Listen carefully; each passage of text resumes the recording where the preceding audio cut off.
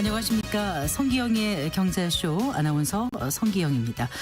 최근 서울 마을버스 업체들이 대중교통 환승으로 적자가 커지고 있다면서 할인 손실분을 보전해주지 않을 경우에 내년 1월 1일 환승제도에서 탈퇴하겠다고 밝혔는데요.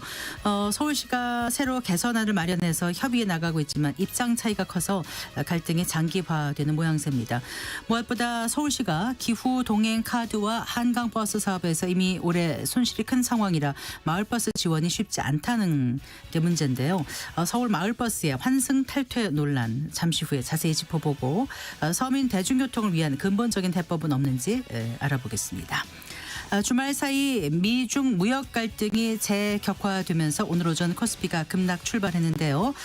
히토류를 둘러싼 미중 간의 무역 갈등이 앞으로 어떻게 진행될지 또 국내외 증시에는 어떤 영향을 줄지 잠시 후 주간 증시 전망에서 살펴보겠습니다.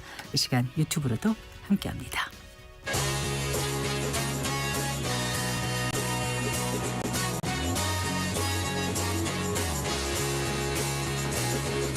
경제 시야를 넓혀드립니다. 투자의 지름길을 안내합니다. 돈 되는 정보를 발견하는 시간. KBS 1라디오 경제쇼. 먼저 오늘의 주요 경제 뉴스 살펴볼까요? 경제 뉴스 브리핑 손석우 경제평론가와 함께하겠습니다. 어서 나오십시오. 안녕하세요. 안녕하세요. 주식시장 마감 시황부터 좀 알아볼까요? 예. 걱정했던 급락세는 그래도 좀 면한 것 같아요. 막판에. 상당히 걱정 많이 하셨던 분들 많았을 거예요. 주말에, 네. 워낙 이제 미국 뉴욕 증시가 워낙 많이 빠졌고 주말 사이에도 계속 트럼프 대통령과 관련된 이슈들이 불거졌으니까요. 장중에 사실 낙폭을 다 모두 만회하면서 코스닥 같은 경우는 지금 상승 전환까지 해냈습니다. 마감은 일단 코스피가 0.72% 하락한 3,584.55에 코스닥은 0.12% 상승한 860.49에 거래를 마쳤습니다. 네. 초반에 코스피는 2% 이상 낙폭이 좀 벌어질 때도 있었어요. 네, 이제 네. 금세 또 회복해내는 모습이었고요. 지난주 마지막 뉴욕 증시 거래에서 나스닥 하락폭이 3%대였거든요. 3.5% 이상 빠졌단 말이죠. 네. 그걸 감안하면 사실 우리 시장에는 매우 제한적으로 그런 리스크가 반영된 것으로 보입니다. 다행스럽게도 이걸 다행스럽다고 해야 될까요? 트럼프 대통령이 일단 중국을 향해서 100% 보복 관세를 예고했다가 사실 이제 오늘 새벽에 유화적인 메시지를 추가로 내놨거든요. 네, 이게 네. 좀 영향을 미쳤다고 봐야 되겠고요. 그리고 또 하나는 투자자들도 사실 학습 효과가 어느 정도는 돼 있어요. 그러니까 미국과 중국이 지금 으르렁거리는 것처럼 보이지만 이게 이제 일종의 협상력을 높이기 위한 상호 간의 파워 게임이지 네. 미국도 중국도 협상 자체를 깨거나 혹은 보복 관세를 실제로 주고받는 이런 최악의 상황까지는 가지 않을 것이다. 이런 예상. 그러니까 학습 효과를 갖고 있는 거죠. 네. 오늘 수급적으로 보면 개인들이 1조 원 넘게 우리 주식을 샀어요. 네, 네. 그러면서 어느 정도 지수 하락을 방어해낸 그런 측면도 있습니다. 아마 반도체 투톱 삼성전자, SK하이닉스 궁금하실 텐데 오늘 결과적으로 보면 하락세로 마감하긴 했지만 낙폭은 그래도 장중에 상당 부분 줄여냈습니다. 네. 시총 상위 종목들도 오후 들어선 상승 전환에 내는 종목들도 나오면서 회복력을 그래도 보였던 오늘장의 모습이었습니다. 네. 오늘 외환 당국이 환율에 구두 개입에 나선 거죠. 네, 그렇습니다. 오늘 원달러 환율이 일단 주간 거래에서 전 거래일보다 5.10원 상승한 1,426.10에 거래를 마쳤습니다. 네. 근데 이게 장중에는 1,434원까지 올랐어요. 이러면서 네, 네. 5개월여 만에 가장 높은 수준으로 올랐고요.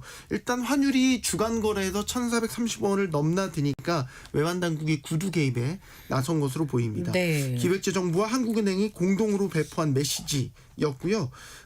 외환 당국은 최근 대내외 요인으로 원화의 변동성이 확대되는 과정에서 시장의 쏠림 가능성 등의 경계감을 가지고 면밀히 모니터링하고 있다는 네. 내용이었습니다. 기재부와 한은의 공동 구두 개입은 이 중동 지역 정세 불안으로 과거 1,400원 부근까지 환율이 올랐었던 작년 4월이었습니다. 이게 이제 1년 6개월여 만입니다. 네. 그만큼 지금 환율의 움직임을 당국이 예의주시하고 있다는 뜻이고요.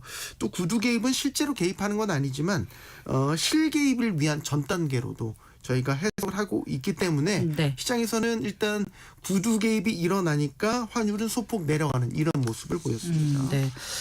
지금 환율이 왜 이렇게 올라가는 건지 좀 살펴볼까요? 환율이 일단 오른다는 거는 달러가 강세일 수도 있고 원화가 약세일 수도 있죠. 근데 지금은 같이 맞물려 있는 상황이라고 봐야 되고 그중에서 이제 원화 약세 요인이 조금 더 두드러지게 나타나는 상황인 것 같습니다.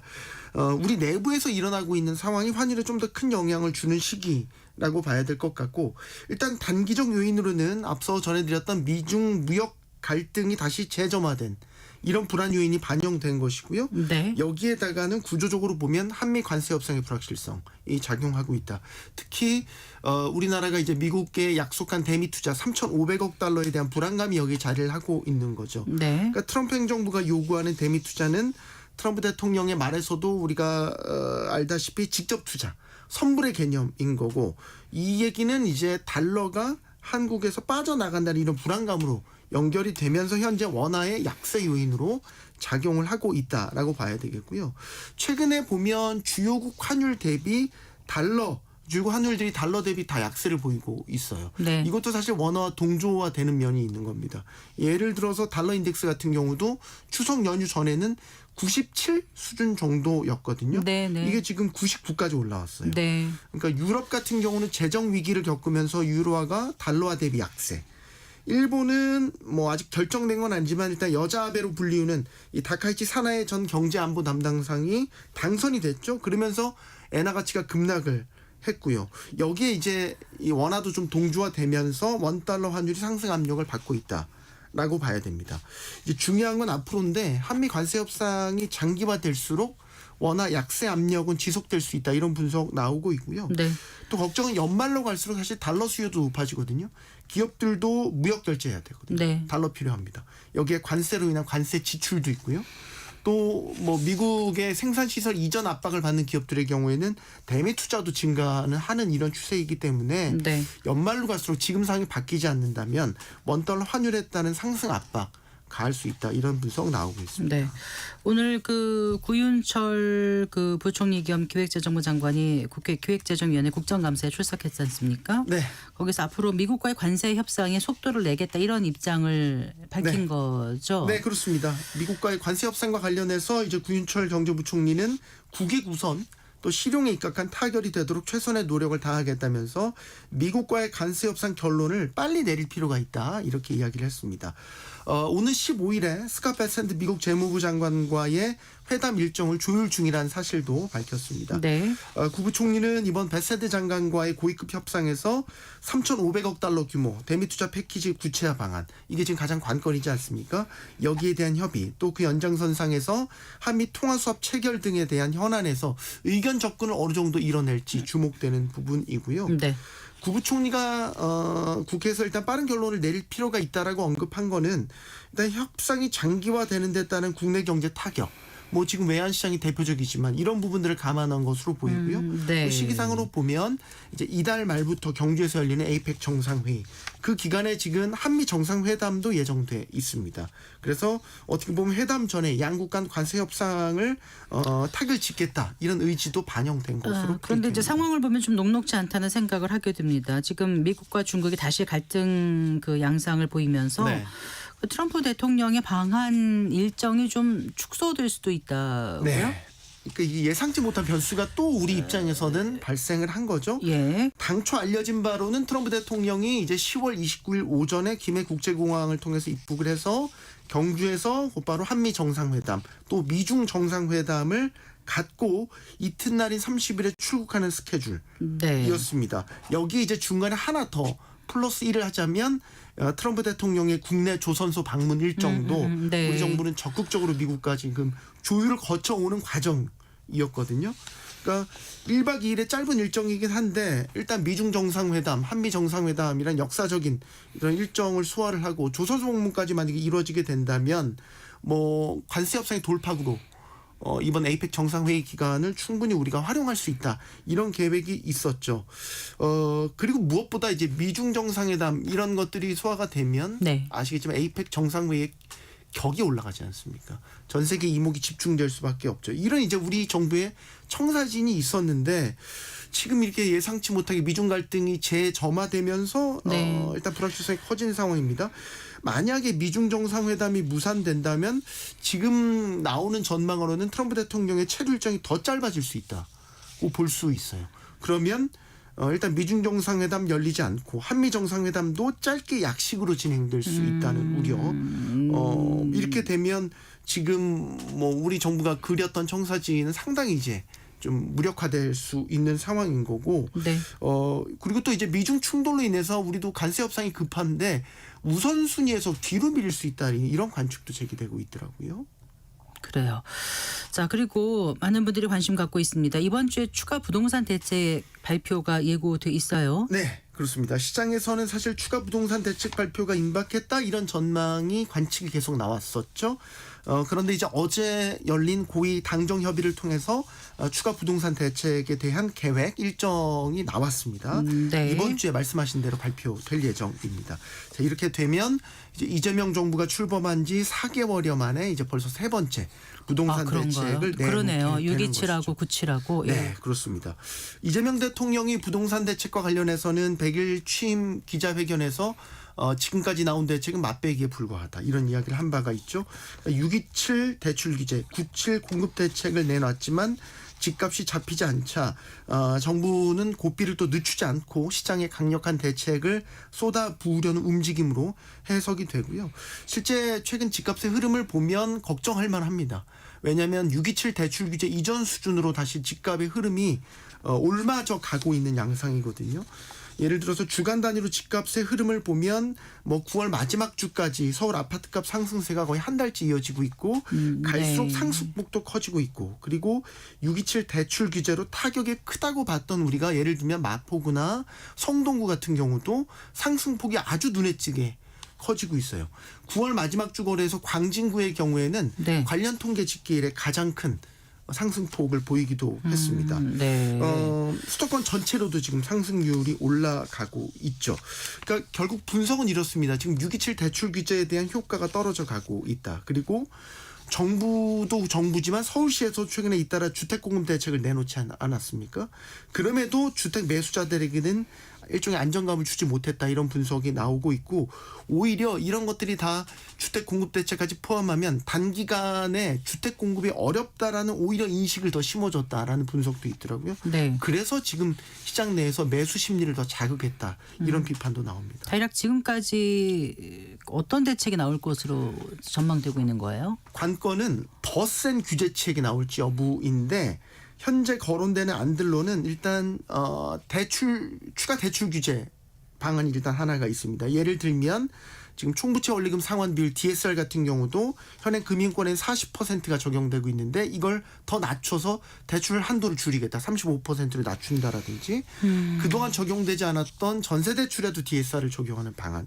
그리고 주택담보 인정 비율 LTV 같은 경우도 더 옥죄는 방안. 아예 일정 가격 이상의 주택에는 LTV를 아예 0% 제로로 만들겠다는 이런 방안까지도. 이전에 뭐 15억 초과되는 거에 대해서 네. 대출 안 해준 적도 있었잖아요. 네. 그러니까 예전 수준으로 다시 초강력 대책 수준까지도 갈 수 있다라는 거고 또 하나는 규제 지역 확대가 네. 지금 거론되고 있는 게 예를 들어서 집값 오름폭 커지고 있는 뭐 성동구, 마포구, 영등포 이런 지역을 투기 과열 지구나 조정 대상 지역으로 추가 지정하는 방안도 거론되고 있고요.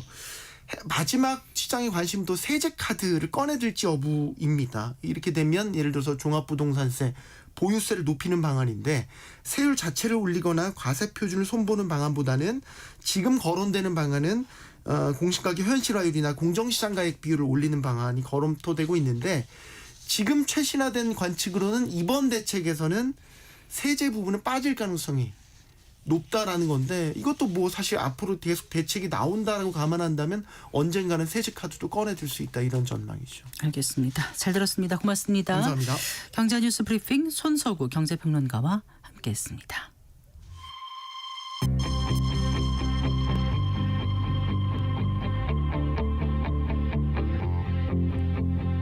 경제 전문가의 원포인트 레슨.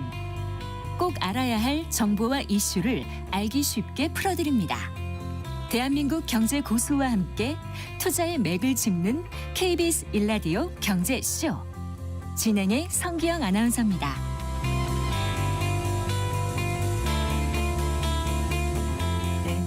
4시 20분입니다. 최근 서울 마을버스 업체들이 대중교통 환승 할인 재정 지원 확대를 요구하면서 수용이 되지 않으면 환승 제도에서 아예 탈퇴하겠다 이런 선언을 했는데요.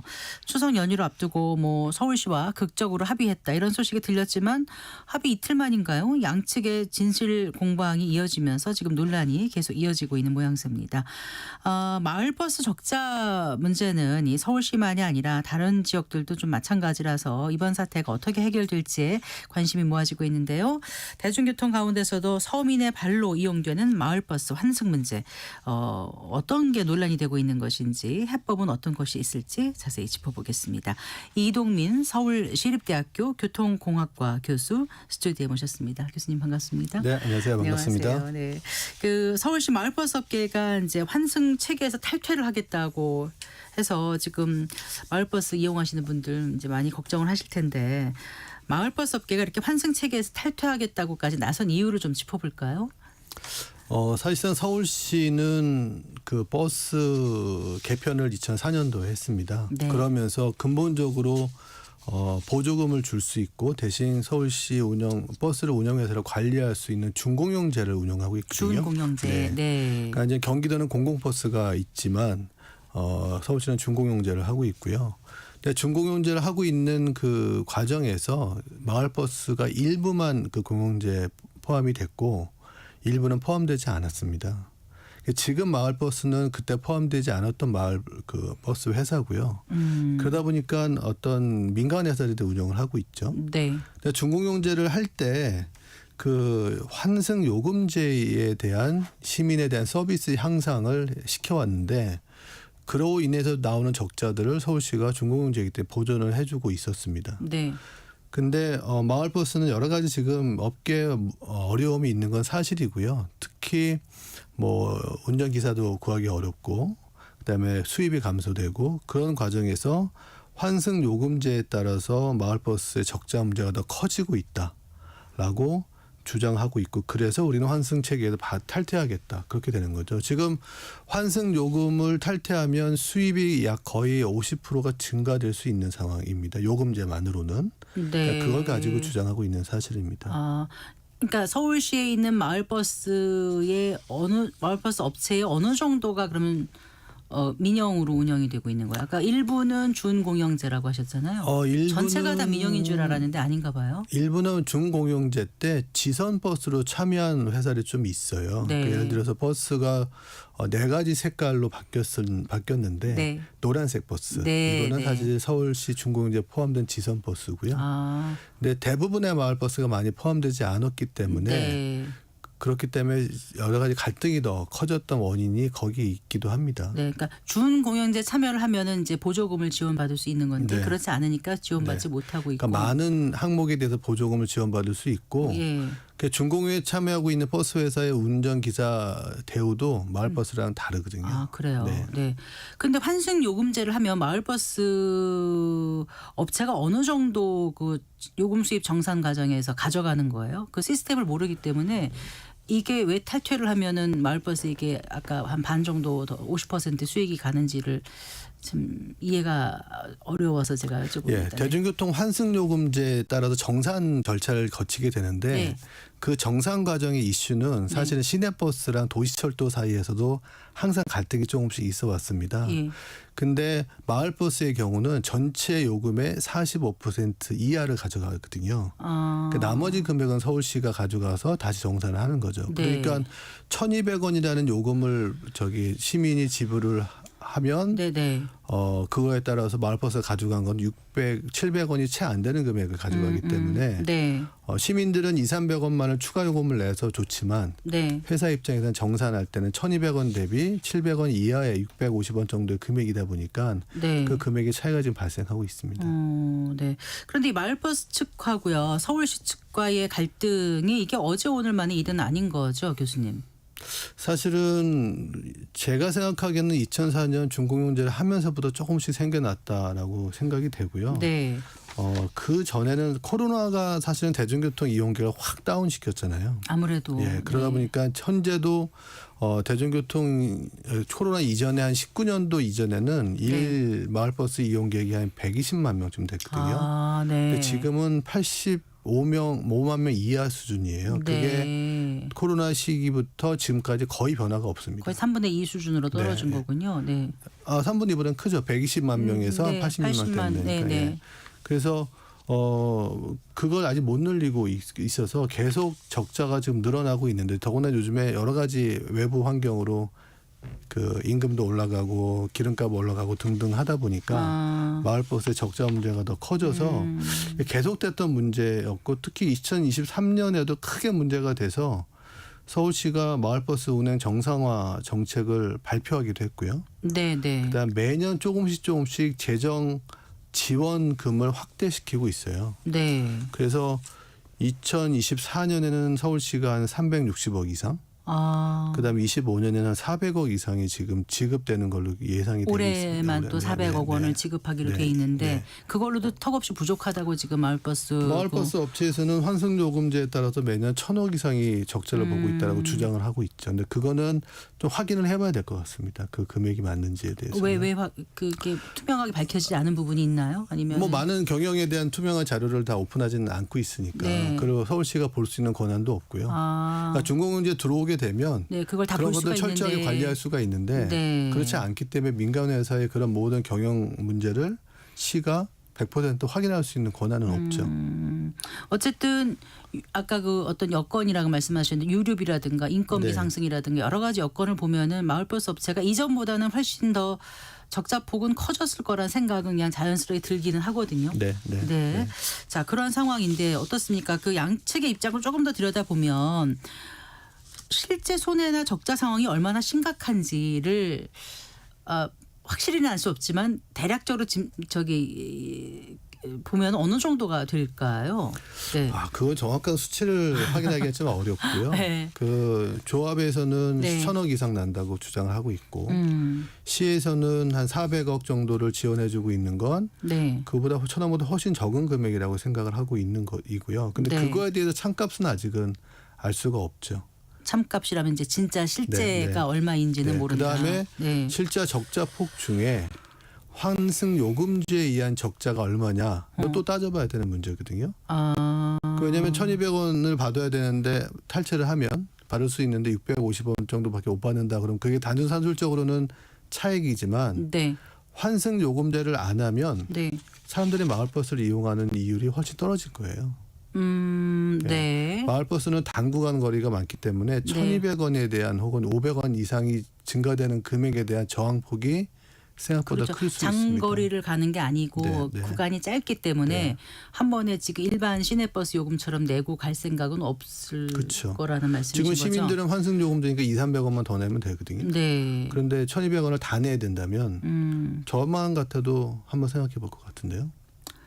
그래도 이렇게 이제 좀 높은 지대에 살거나 네, 그렇죠. 아니면은 좀 이렇게 일반 버스가 다니지 않는 사각지대 이게 이제 마을 버스면은 대중교통의 모세혈관과 같다 이런 표현을 하더라고요. 그런데 계신 분들은 요금을 더 내더라도 탈 수밖에 없는 상황이 될 수도 있지 않을까 싶어서 그건 맞습니다. 굉장히 네. 불편이 초래될 네, 거란 네. 생각이 사실 들거든요. 마을버스가 실질적인 버스의 공공성을 가장 강조할 수 있는 그렇죠. 기능이기 때문에 네. 근데 그런 공공성이 강화된 마을 버스 회사가 민영으로 완전히 100% 운영되고 있다는 것도 사실은 좀 고민해 봐야 할 문제인 것 공공성을 같습니다. 떴는데 네, 오히려 네. 민영이다. 예. 참 쉽지가 않은 네. 다는 생각이 들어요. 어떻습니까? 그 마을버스 업계에서는 이제 환승이 많이 이루어지니까, 그러니까 마을버스 이용하는 분들이 그러면 어느 정도 환승을 하는지, 환승 제도를 이용하는지, 시스템을 이용하는지가 수치로 나온 게 있나요? 사실은 마을버스의 기능 자체가 예.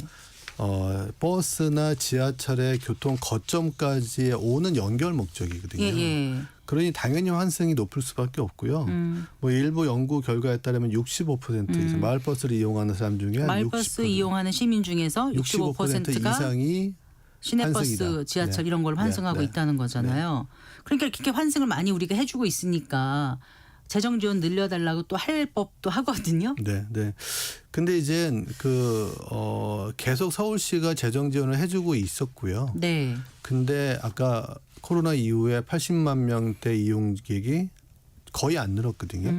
그렇다는 얘기는 돈을 더 지원해 주는 거에 문제도 있지만 네. 사실은 마을버스의 이용객을 늘려야 된다는 그런 서비스 향상이나 네. 배차 간격이나 마을 노선 개편 등을 통해서 마을버스를 코로나 이전 정도 수준이라도 네. 회복을 시켜야 되는 노력이 먼저 되는 게 중요하죠. 그게 사실 서울시 주장이기도 합니다. 그러니까 서비스가 개선되지 않는다라든가 네. 배차 간격이 잘 지켜지지 않는다든가 배차 간격이 좀 띄엄띄엄한다든가 이런 문제가 개선이 돼야 되는 거지 단순히 그 환승제만으로 적자가 오는 건 아니다라는 게 서울시의 생각이라는 그게 서울시의 말씀이신 생각입니다. 네. 거죠.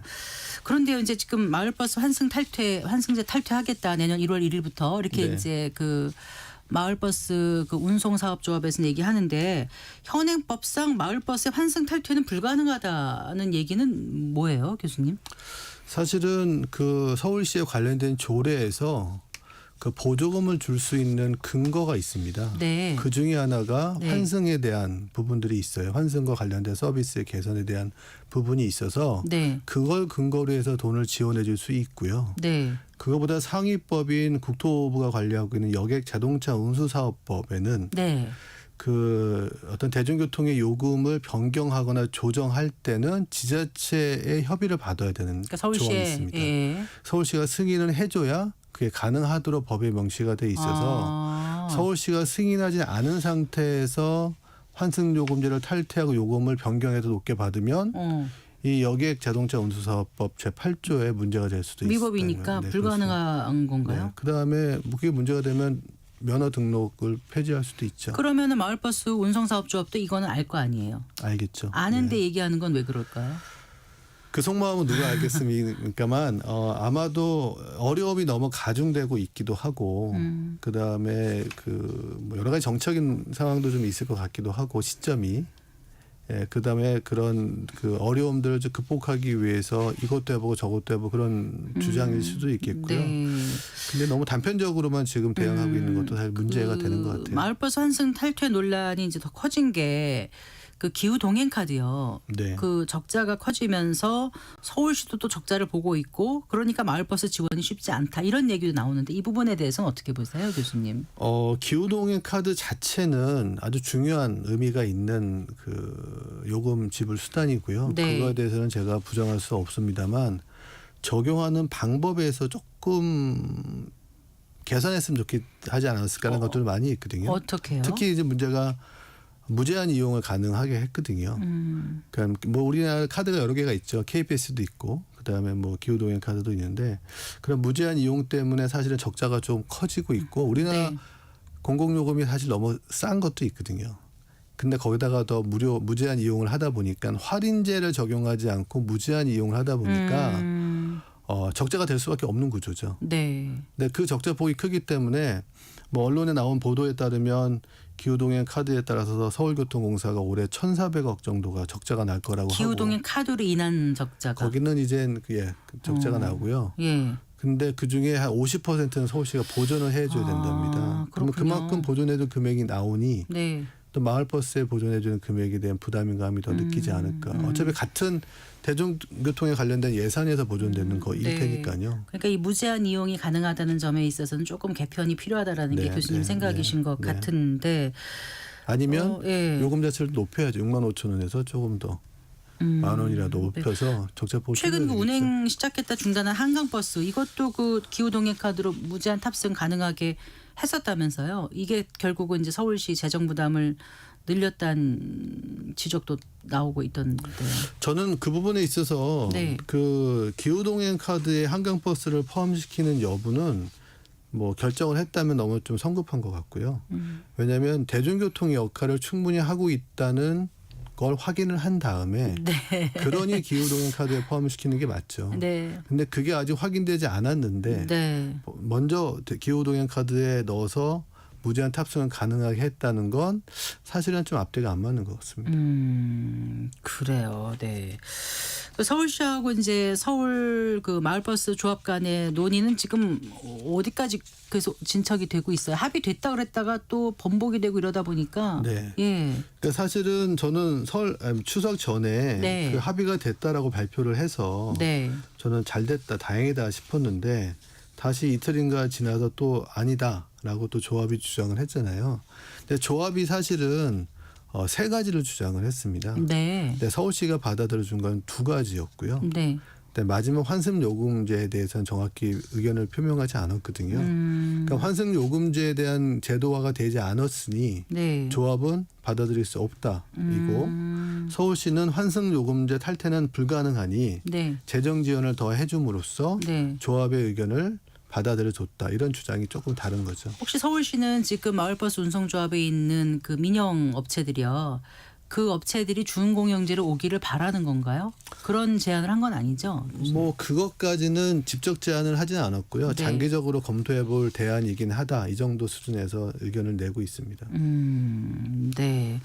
어쨌든 마을버스 조합의 그 적자에 대한 근본적인 원인을 좀 투명하게 논의할 수 있도록 뭔가 좀 경영 상태가 좀 공유가 된다고 해야 될까요? 그런 게 있어야지 네. 좀 이렇게 맞습니다. 접점을 네. 찾을 수 있지 않을까 이런 생각이 사실은 드는데. 서로 간의 이해를 더 높이고 네. 또 받아들일 건 더 받아들이고 해야 되는데 그러려면 갖고 있는 이해관계가 충분히 해야 되는데 아직은 네. 그 정보 공유가 좀 덜 돼 있지 않나 싶은 생각이 듭니다. 서울 외 다른 지자체들은 어떻습니까? 이와 비슷한 상황이 벌어질 가능성이 있나요? 어떤가요? 가장 수도권에 있는 뭐 지역을 찾아보면 서울시가 준공영제를 한 이후에 인천이 준공영제를 했고요. 네. 인천이 준공영제를 할 때 모든 마을버스를 다 준공영제 안에 편입을 시켰어요. 아 모든 네, 마을버스를요? 그래서 제가 인천시에만 문의를 한 적이 있는데 인천시는 그렇기 때문에 마을버스에 문제가 없다라고 얘기를 했고요. 경기도는 이제 공공버스하고 준공영제 버스가 있습니다. 공공버스라는 건 뭐 완전히 그냥 그 공공의 목적으로 하는 것인데 이제 양주시의 마을버스를 시작으로 해서 마을버스도 준공영제 포함시키려고 노력이 시작이 됐거든요. 네. 그렇다면 이제 서울시도 준공영제에 대한 부분을 마을버스가 준공영제에 포함시키는 부분을 좀 고민을 해봐야 될 것 같고요. 근데 문제는 준공영제에 의한 그 세금 보전 문제가 점점 더 커지고 있어요. 그래서 네. 제가 보기엔 이제는 2004년부터 벌써 20년이 지났잖아요. 그래요. 그러면 준공영제에 대한 개선 방안도 네. 논의를 하면서 마을버스 편입을 같이 검토해 봐야 근데 될 것 마을버스 같습니다. 요금이 서울이 제일 싼 거예요? 경기도 이쪽이 더 비싸다면서요? 조금 더 비싼 것 같습니다. 네. 정확한 수치는 제가 확인을 못했습니다만 네. 그래서 2020 올해 6월에 마을버스 요금을 900원에서 1,200원을 올려줬죠. 네, 그래요. 자 이번에 그 서울 그 시의 마을버스 문제를 이제 지켜보면서 우리 대중교통 문제 어떤 거를 좀 되짚어 봐야 될지 또 이 서울의 마을버스 문제는 어떻게 해결하면 좋을지 제언을 좀 해주세요, 교수님. 그 대중교통은 사실은 서민의 이동을 담당하는 공공 목적이 큰 서비스이기 때문에 네. 저는 서울에 지금 고속의 어떤 간선버스 대중교통이나 네. 저속의 지선 서비스를 조금 더 융합돼야 될 것 같고요. 네. 그런 속에서 마을버스가 좀 장기적인 관점에서 노선도 좀 개편을 하고요. 지금 마을버스가 10km 이상이 되는 노선 운행하는 노선들도 있거든요. 그건 마을버스의 네. 기능과 배치되는 것이기 때문에 그런 노선 개편도 좀 해야 되겠고, 근데 마을버스 갖고 있는 본질적인 어려움은 좀 있습니다. 운전기사들도 수급하기가 어렵고. 네. 그건 조금의 시간이 필요하겠지만 그 운행하기 좀 쉬운 노선부터 네. 자율주행을 기반으로 한 마을버스 도입도 필요할 것 같고요. 실제 동작구와 동대문구가 시범 사업을 하고 있고요. 그렇습니까? 네. 곧 가까운 시기에 6개 자치구가 시범 사업에 참여하기로 했거든요. 그럼 그게 조금씩 늘어나면 그거를 통해서 뭐 인건비도 좀 줄이고 마을버스 서비스도 좀 향상되고 네. 또 준공영제 참여를 적극 검토하면서 마을버스의 서비스 향상도 같이 검토해야 될 것 같습니다. 일반 시내버스 기사분들에 비해서 마을버스 그 기사분들의 그 처우가 훨씬 낫다고 들었습니다. 85% 이하 정도입니다. 네. 그 말씀 중에 준공영제가 좀 어떻게 좀 개선이 돼야 된다는 말씀을 주셨는데 근본적인 어떤 해법은 어떤 게 있다고 보시는지요?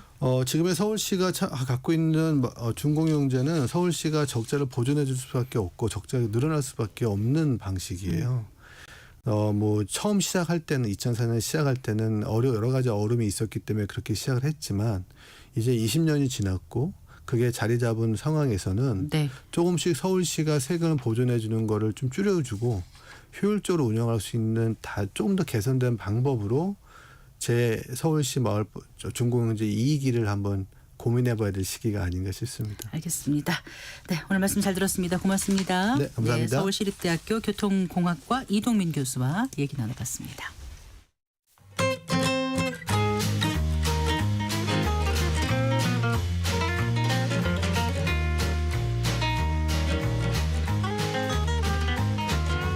경제 맛집 투자 핫플.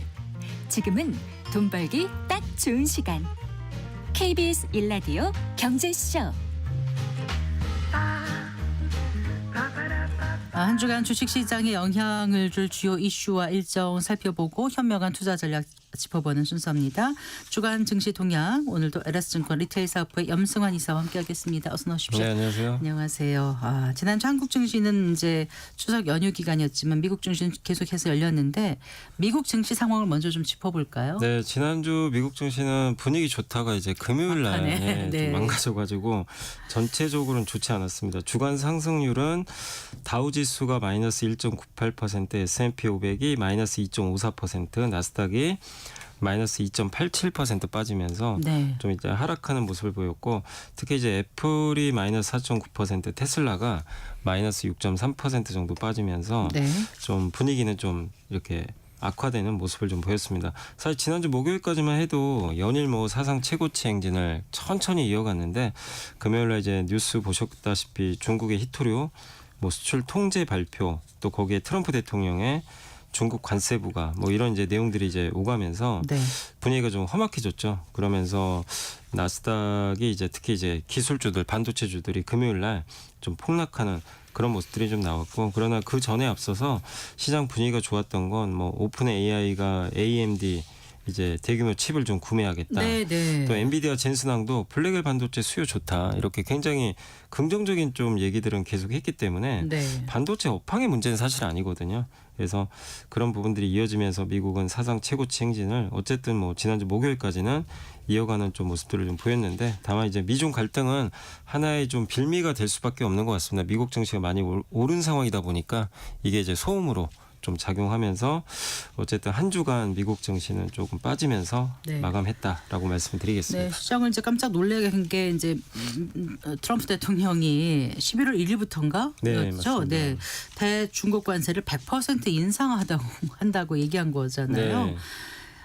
글쎄요. 그 글로벌 증시에 좀 당분간 부담으로 작용할까요? 아니면 좀 완화된 또 제스처가 이어질 수 있을지 모르겠어요. 일단 좀 부담이 될 수밖에 없는 게요. 네. 일단 이제 미국과 중국 서로 좋을 게 없잖아요. 이렇게 되면 뭐 경제 상황에도 중국의 관세를 이렇게 부과하면 중국 경제도 안 좋아지고 특히 미국은 이제 히토리 문제가 또 발목을 잡을 수 있기 때문에 네.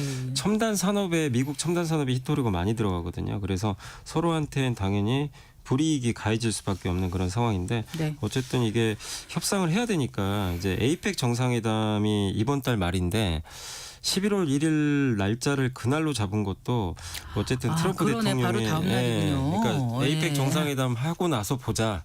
잘 되면 이게 이제 11월 1일부터 관세 부과 안 할 수도 있는 거고 이제 안 되면 부과할 수도 있는 거니까 네. 결국 이제 이번 달 말까지는 좀 불확실성에 놓여 있는 것 같고요. 한마디로 이제 중국은 히토류를 수출을 안 하겠다는 건 아니고 통제하겠다. 이게 수출할 때 허가를 받아라. 이런 좀 내용을 좀 발표를 했다고 보시면 되겠고 트럼프 대통령이 이제 기분이 나쁜 게 미국의 약점을 중국이 정확히 알고 있거든요. 근데 그걸 물고 늘어지니까 이거 안 되겠다. 우리도 강하게 나가자. 이런 이제 입장을 좀 취했던 것 같습니다. 근데 오늘 오전에 사실 이제 오늘 국내 증시가 그래도 좀 선전했던 이유 중에 하나는 트럼프 대통령이 오늘 오전에 장 열리기 전에 조금은 조금 이제 뉘앙스를 바꿨죠. 중국에 대해 걱정하지 말고 미국은 중국을 돕고 싶다. 해치고 싶지 않다. 이런 좀 발언을 좀 했거든요. 그러니까 이거 어쨌든 협상 전략으로 좀 볼 수 있는데 예, 결국 협상까지는 아직 좀 시간은 남아 있기 때문에 불확실성은 있겠지만 네. 최악의 상황으로 가지는 않을 거라는 그런 기대감이 일단 있어서 11월 1일부터 해보겠다는 거고요. 예, 그렇게 발언을 했고요. 중국이 얘기한 히토류 수출 통제는 12월 12월 이제 1일인가? 12월로 알고 네, 있어요. 그렇죠. 저도. 네, 네. 맞습니다. 그래서 시간이 좀 남아는 있어요. 그래서 양국이 뭐 바로 하는 건 아니기 때문에 네. 이번 달 이제 결국엔 에이펙 정상회담이 가장 좀 중요해졌다 이렇게 봐야 될 것 같습니다. 네. 자, 이제 미국의 경기 둔화 우려가 있었지만은 미국 증시가 최근 강세를 이어갔던 것은 결국 AI 때문이 아닌가 시장에서 그렇게 판단을 할 텐데 아까 잠깐 말씀하셨잖아요. 오픈 AI가 이제 AMD의 대규모 칩을 주문하기로 했다면서요. 이 얘기 좀 해주세요. 그러니까 오픈 AI가 이제 그 엔비디아에서 이제 주로 칩을 구매하고 있는데 네. 이 칩도 칩이지만 이제 경쟁사죠. AMD의 네, 네. 신형 칩이 있습니다. MI450이라는 칩이 있는데 내년 하반기부터 이 칩을 이제 구매해가지고 이제 배치하겠다라고 좀 이제 발표를 했고요. 특히 이제 엔비디아에 의존하고 있던 이런 생태계를 한번 AMD 쪽으로 좀 바꿔가지고 일단 이원화 시키겠다는 그런 목적이 있는 거 아닌가 이렇게 좀 보여집니다. 왜냐하면 네. 엔비디아가 독주하고 있는 건 맞는데 워낙 성능이 뛰어나고 그 소프트웨어 시장도 이제 장악을 하고 있다 보니까 엔비디아 칩을 안 쓰고는 AI 개발을 하기가 좀 어려웠거든요. 근데 오픈 AI는 일단은 한번 탈 엔비디아를 한번 해보자 이런 이제 포석인 것 같고 네. 이번 계약에서 되게 좀 또 특이했던 점은 뭐냐면 AMD의 칩도 구매하지만 AMD의 주식도 받을 수 있는 그런 옵션이 있어요. 그 계약도 맺었다고 합니다. 네. 그래서 일정 거래가 좀 이제 그 기술 그러니까 뭐 오픈 AI가 AMD GPU를 구매하고 기술 목표를 달성을 하게 되면 AMD 주식 최대 1억 6천만 주를 정해진 조건에 살 수가 있어요. 이제 사고 안 사고는 옵션이니까 네. 그 오픈 AI의 이제 자유지만 만약에 AMD가 향후에 성과 좋아서 주가 오르면 좋은 거죠. 이걸로 이제 그 주가 수익도 누릴 수가 있는 거거든요. 네. 그래서 되게 좀 특이한 거래긴 한데 네. 이 거래를 통해서 그럼 결국 AMD한테 상당히 좋을 수밖에 없죠. 예, 새로운 고객도 생긴 데다가 어쨌든 이제 서로 협력할 수 있는 이제 위닝 관계가 조성이 될 수 있는 거죠. 근데 이렇게 되면 AMD 요 그 HBM 이쪽에는 그 삼성전자가 이미 공급을 좀 하고 있거든요. 그래서 엔비디아에도 물론 삼성전자가 이번에 통과를 하게 됐지만 네. 기존의 AMD에는 이미 공급을 하고 있었기 때문에 네. 삼성전자한테도 좀 호재가 되는 거. 호재일 수 있는 그런 좀 내용이 아닌가라고 좀 보고 있습니다. 네. 자, 국내 증시 살펴볼까요? 지난주 좋았잖아요. 금요일에 네. 하루. 네. 좋았는데 이제 네. 오늘은 아침에 많은 분들이 이제 걱정 장 많이 열리기. 하시네. 두렵다. 이제 예. 보기가 겁난다. 오늘 막 한 이렇게 뭐 시작했었어요, 사실. 한 예. 200포인트 빠지는 거 아니냐 막 이런 좀 불안감이 있었는데 물론 초반엔 되게 안 좋았지만 이제 그 종가 말씀드리면 코스피가 3,584.5 26.05포인트 빠져서 0.72% 하락을 했고 네. 코스닥은 오히려 올라 버렸습니다. 860.49 그래서 1포인트 올라서 0.12% 상승을 했는데 일단 이제 국내 증시가 이렇게 좀 선전을 한 이유는 물론 오늘 뭐 반도체가 빠진 부분은 좀 일부 있지만 낙폭을 오후에 좀 많이 줄여줬고 특히 네. 이제 코스닥의 2차 전지라든가 예. 뭐 엔터 업종 또 반도체 소부장 이런 기업들이 선전을 하면서 네. 어쨌든 국내 증시는 뭐 3,600 돌파 후에 오늘 조금 빠진 건 맞지만 강세 기조 자체는 여전히 꺾이지 않고 강한 상승장의 그 기조 자체는 유지가 잘 되고 개인들이 있다라고 좀 보시면 코스닥에 다 좋겠습니다. 많이 사들였죠. 네, 오늘 좀 빠지니까 기다렸다는 듯이 좀 공격적으로 매수를 하면서 네. 지수를 좀 방어하는데 일조를 했던 것 같습니다. 네. 삼성전자 좀 빠지긴 했습니다. 그래도 이제 9만전자 됐습니다. 네. 그 말씀하신 대로 엔비디아 HBM3 이 12단 통과 확정됐다고 하는데 그 증권사마다 지금 목표가를 조정하고 있는 거죠. 상향 조정하고. 네, 최근에 있죠? 다 상향 조정을 좀 많이 하고 있고요. 예. 뭐 11만 원도 나오고 있고 가장 높은 목표가가 이제 한국투자증권의 12만 원. 요거까지 지금 나오게 될 정도로 네. 이제 10만 원 이상은 좀 기본이 돼 버리는 그런 좀 모습으로 좀 가고 있고 내일 실적 발표 있거든요. 그래서 내일 아마 3분기 영업이익이 10조 이상으로 좀 나올 것 같아요. 네. 근데 기존 추정치보다 계속 올라가고 있어서 더 좋은 아마 실적은 나오지 않겠냐 이렇게 보고 있고 최근에 삼성전자가 좋은 이유는 뭐 다들 아시겠지만 오픈 AI가 한국에 이제 샘 알트만이 와서 삼성전자 하이닉스로부터 대규모 디램 좀 구매하고 싶다 이렇게 좀 발표도 했고 아까 AMD 이슈도 있었고 네, 또 네. 삼성전자는 이번에 HBM3 12단 엔비디아 인증 받았다는 그런 소식도 있었고 또 거기에 테슬라 수주도 받았었잖아요. 지난 7월 달에. 네. 그래서 이런 것들이 이제 잘 어우러지고 있기 때문에 충분히 10만 원 좀 넘을 수 있지 않겠냐라고 좀 보고 있고 또 이번 사이클은 과거랑 되게 다른 점이 하나 있는 게 공급이 절대적으로 부족합니다. 그 사이클이 좀 오래 갈 수 있지 않겠냐. 네. 그렇기 때문에 뭐 하이닉스를 뒤따라서 삼성전자도 충분히 이제 위를 열 수 있는 그런 힘을 좀 가지고 있다라는 분석들이 많기 때문에 역대 최대 PBR이 2.06배거든요. 이거 아. 적용하면 12만 원 나옵니다. 아. 그래서 10만 원까지는 한번 안착하는 것도 올해 안에 한번 기대해 볼 만하지 않을까 이렇게 예상은 하고 있습니다. 지금은 PBR이 1.6 정도 되나요? 1.4배 정도? 4배 정도 되는 것 같습니다. 네. 자, 그 생물보안법이 지금 미국 상원 통과했다죠. 네, 상원을 통과했고요. 네. 예, 물론 이제 이 최종 법안이 통과되려면 그 하원과 합의를 해야 돼요. 그래서 아직은 이제 완벽한 법은 아닌데 네. 이 생물보안법이 두 종류예요. 하원법이 있고 상원법이 있는데 각각 다 통과는 했다고 합니다. 네. 근데 이제 서로 미세하게 좀 조정을 해야 되니까 아, 네. 그게 한 3개월 정도 걸린다고 하더라고요. 그래서 아마 네. 올해 연내 통과는 좀 가능해 보이는데 결국 이게 이제 통과가 확정이 만약에 된다면 연내 안에 그렇게 된다면 결국 삼성 바이오로직스 같은 국내 제약사들한테 호재가 좀 될 수 있을 걸로 좀 보고 있고요. 왜냐하면 중국 바이오 기업과 거래를 제한하는 법이니까. 그러니까 미국 정부가 우려하는 생명과학 기업이라든가 거래하는 기업과 맞습니다. 계약을 맺거나 보조금 예. 그 제공하는 거 금지하는 건데 중국을 겨냥하는 겨냥한 거죠. 예. 거잖아요. 사실상 네. 이제 중국의 이제 바이오 위탁 생산하는 그런 기업들한테 이제 우시, 거래하지 마라. 예. 예. 근데 이제 그 기업들을 특정해서 하는 건 아닌데 뭐 중국 기업과 이제 거래하지 말자는 게 골자기 때문에 네. 그런 걸 보면 중국과 경쟁하는 삼성 바이오로직스나 국내 대표적인 위탁 생산 기업 이제 바이오 위탁 생산 개발 기업들한테는 상당히 좀 긍정적일 수 있기 때문에 이번 올해 안에 사실 네. 작년에 통과되려다가 못했거든요.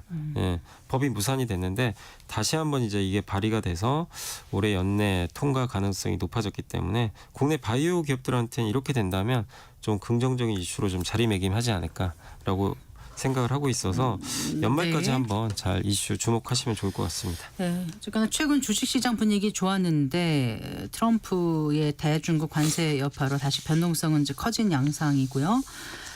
연말까지 어떻게 그 투자 전략을 가져가면 좋을지 투자자분들 좀 고민이 있으실 것 같거든요.